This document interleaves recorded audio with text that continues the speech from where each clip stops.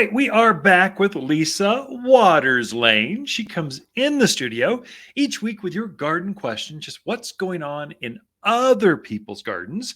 So, Lisa, welcome to the studio. Thank you. Always good to be here. It is always good to be here. Always. It's kind of fun coming to work.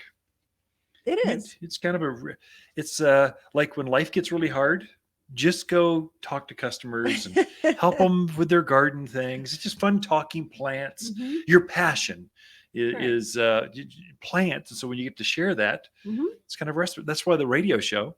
It's just so easy because you're just talking about stuff you're always talking about.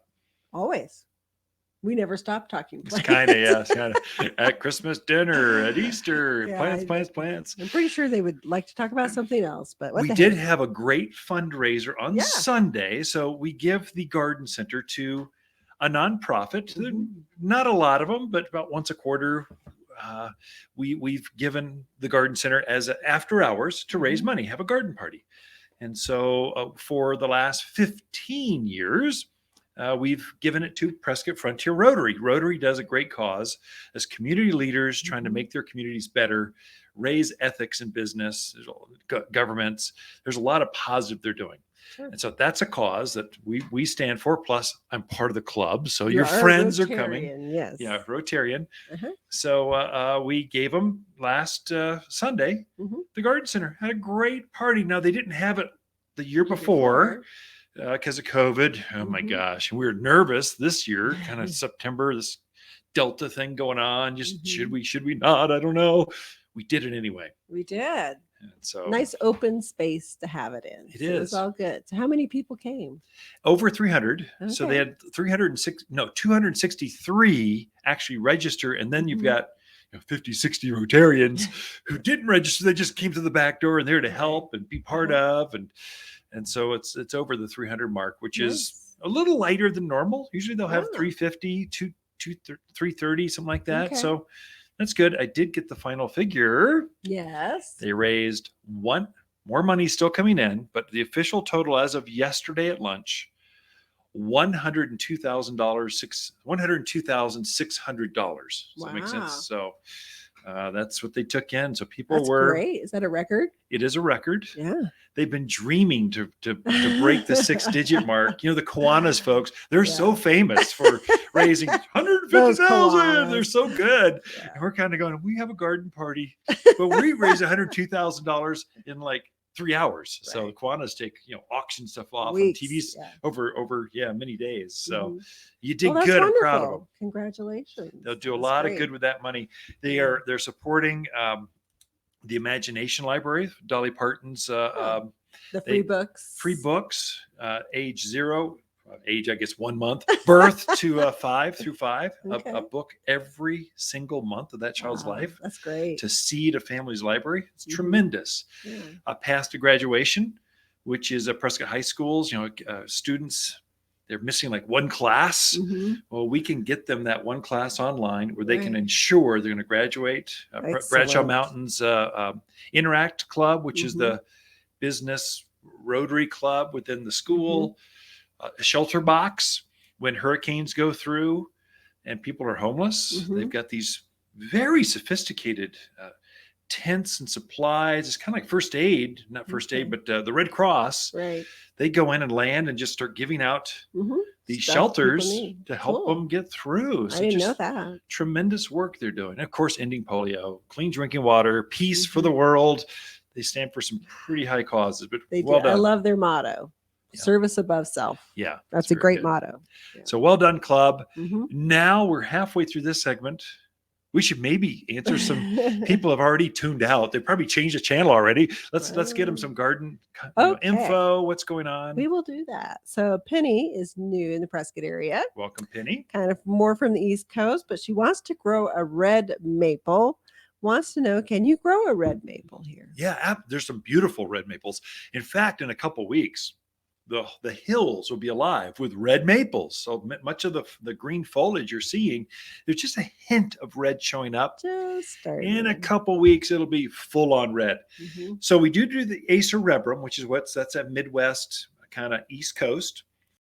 And what we get is a hardier, faster growing red maple that doesn't tear in the Mhm. wind. It's a better maple for the mountains, yet it's the same size.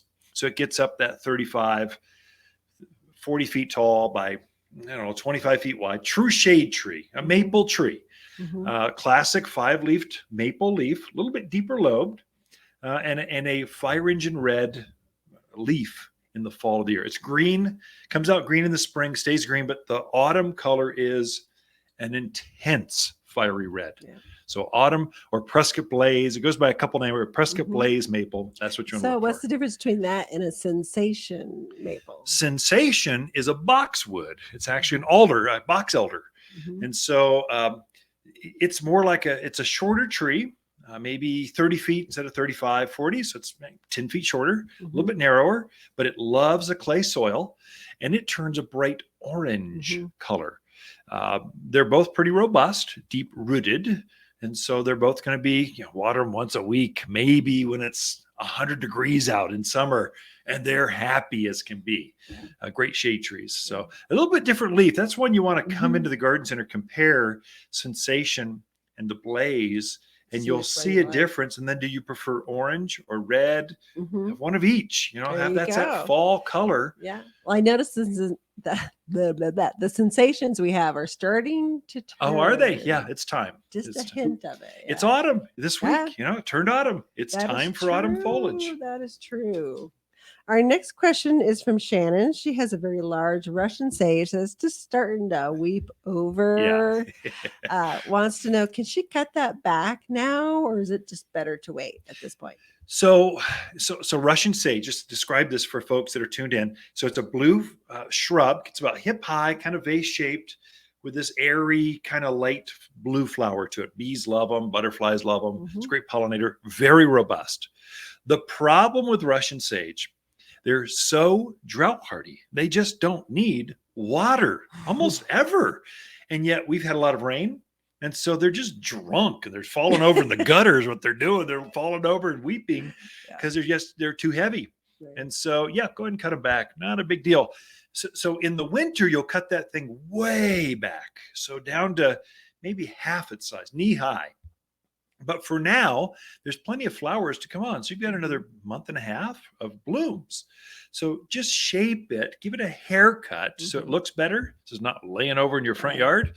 And then usually after the new year, January, February, March, you're whacking that thing way back and you kind of resetting the stage Mhm. for next spring's growth. Okay.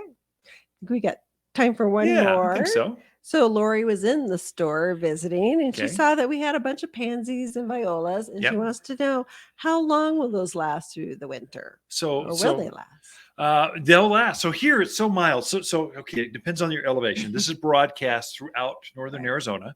So Flagstaff, it's going to be till Christmas. They'll be in full bloom. Mhm. Then they kind of get beat up unless they got some protection. Williams, the White Mountain, same way. All the rest of us blooms right through winter. It's so Yeah. easy. So Kingman to Prescott to Payson and everything in between, Mhm. all the way down from Highland Pines, Skull Valley, Hillside, Anthem, everything in between. It's going to bloom now right through winter, Mhm. even when we get some snow. Yeah. So we had that, what was that, like a 2-3 foot snow last January? Year, yeah. They're buried. The snow melted like 2-3 weeks later. They're popping through, going, "Oh, the sun! We're I'm so, so happy!" happy. Yeah, they started blooming again. They were great. Yeah. So this is the time you plant pansies, Mhm. violas, snapdragons, all that kind of stuff. So Yeah. it's unique to this part of the Southwest where we're just so mild that they bloom longer than, let's say, the Midwest, East Coast, and yet we're not as hot as the South, so they do better here Yeah. than they do other parts of the country. We're very lucky. With that, I think we are out of time. So thanks, Okay. Lisa. We'll have you back in a couple segments for your input, garden ideas. Yes. Be right back. Ken and Lisa Lane and the Mountain Gardeners.